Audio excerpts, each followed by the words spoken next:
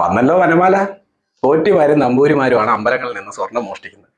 അഭിനവ ശ്രീനാരായണ ഗുരു, വെള്ളാപ്പള്ളി നടേശൻ. അതെ, കേരളത്തിലെ വരുമാനമുള്ളതും സ്വർണങ്ങളും സ്വത്തുക്കളുമുള്ള എല്ലാ ക്ഷേത്രങ്ങളും ഭരിക്കുന്നത് കമ്മ്യൂണിസ്റ്റുകാരാണ്. EMS നമ്പൂതിരിപ്പാടും നമ്പൂതിരിയാണ്. ഇപ്പോഴത്തെ ഉണ്ണികൃഷ്ണൻ പോറ്റിയും നമ്പൂതിരിയാണ്.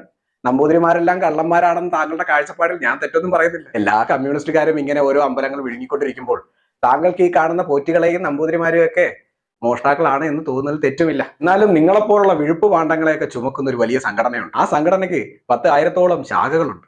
ആ ശാഖകളിലെല്ലാം താങ്കളുടെ ഫോട്ടോയും ഉണ്ടെന്നാണ് കേൾക്കുന്നത്. ഇനിയിപ്പോ എന്താ, നാട്ടിലെ അഭിനവ നവോത്ഥാന ദളിത് സംരക്ഷകരൊക്കെ ഇറങ്ങിയല്ലേ നാട്ടിലുള്ള നമ്പൂതിരിമാരും പോറ്റിമാരും ഒക്കെ കള്ളന്മാരാണ്. ഇനി ഒരു സ്ഥലം തൊട്ട് എഴുത്തുകൾ തുടങ്ങുകയല്ലേ നമ്മുടെ പഴയ കാലം തൊട്ട് ഈ കാലം വരെ എങ്ങനെയെല്ലാമാണ് ജനങ്ങളെ പറ്റിച്ചതെന്ന്.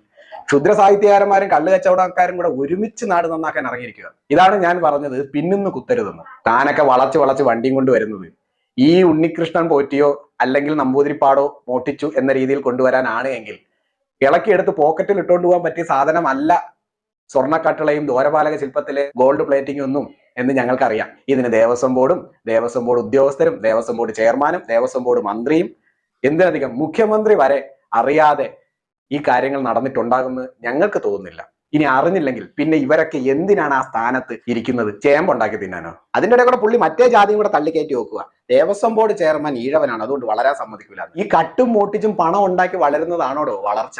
അതിൻ്റെ ഇടയിൽ കൂടി മന്ത്രി സജി ചെറിയാൻ കോൺഗ്രസ്സുകാരും കട്ടിട്ടുണ്ടെന്ന്. നീയൊക്കെ എല്ലാം കള്ളന്മാരാണെന്നും നിങ്ങളുടെ കൂട്ടത്തിലുള്ള പോറ്റിമാരെല്ലാം കള്ളന്മാരാണ് എന്നും കോൺഗ്രസ്സുകാരും കമ്മ്യൂണിസ്റ്റുകാരും കള്ളന്മാരാണ് എന്നും ക്ഷേത്രങ്ങളുടെ വസ്തുക്കളിലും മുതലുകളിലും സ്വർണത്തിലും എല്ലാം കണ്ണു വെച്ചിട്ട് തന്നെയാണ് നിങ്ങളുടെ എല്ലാവരുടെ കൂടെയും മുസ്ലിം ലീഗും ഇന്ത്യൻ നാഷണൽ ലീഗും ഒക്കെ തോളി കയറി ഇരിക്കുന്നതെന്നൊക്കെ ഞങ്ങൾക്ക് നന്നായിട്ട് അറിയാം. ഇതിനെതിരെ പ്രതികരിക്കണമെന്ന് ചിന്തിച്ചാൽ തന്നെ ഉടനെ മറ്റവന്മാരുണ്ടാക്കി വെച്ചിരിക്കുകയല്ലേ കുറെ ദളിത് സംരക്ഷകർ, ദളിത് ആക്ടിവിസ്റ്റുകൾ. അവരപ്പോഴേ ഇറങ്ങിയല്ലേ ബ്രാഹ്മണിക്കൽ ഹിജിമണി, വാഴയ്ക്ക, ചേമ്പ്, മാങ്ങാത്തൊലി എന്നൊക്കെ പറഞ്ഞ് ഇവന്മാര് പിന്നെ അങ്ങോട്ട് തുടങ്ങും. അവർണ ഫാസിസം, വെറുപ്പ്, ഇതൊക്കെയാണ് ഇവന്മാരുണ്ടാക്കിക്കൊണ്ടിരിക്കണ ചേമ്പ്.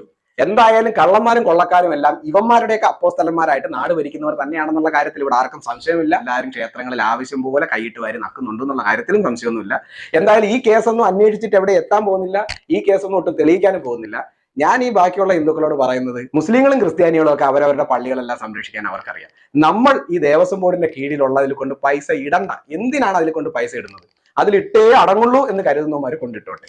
നമ്മൾ ആരും ഇടാൻ നിൽക്കണ്ട. നമ്മൾ പണമിട്ട് ഇതൊന്നും വളർത്തേണ്ട ആവശ്യമില്ല. കാര്യം നമ്മൾ ഈ പണമിട്ട് വളർത്തുന്നത് മുഴുവൻ ഈ നാട്ടിലെ ക്ഷുദ്ര രാഷ്ട്രീയക്കാരെയും സാഹിത്യകാരന്മാരെയും കള്ളു കച്ചവടക്കാരെയും